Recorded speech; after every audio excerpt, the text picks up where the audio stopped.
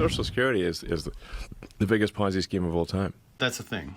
It's not. Ponzi scheme is when you told you're investing in something that's going to grow. Kind of like what you told the investors when they gave you $20 billion to lose on Twitter. And so people give you money to invest, which you then keep. You fabricate the investment growth. Then you use those fake returns to get other new investors to give you more money. And you use their money to pay back fake returns to the first people who invested. The whole thing implodes eventually when you run out of people to give you money and everyone else realizes that their money is gone. That is a Ponzi scheme, Elon. Social Security is people paying their own money into a system that when they retire pays them more than they paid in. And it's able to pay them more because the money is actually invested in federal securities that earn interest, and they're guaranteed by the US government. On top of that, we always have more people working and paying into the fund than there are people taking out, which only causes the investment to grow further. The only actual problem with Social Security is that right now the tax is not applied to any income over $176,100. In other words, the overwhelming majority of working class Americans pay the Social Security tax on 100% of every dollar they make. But you,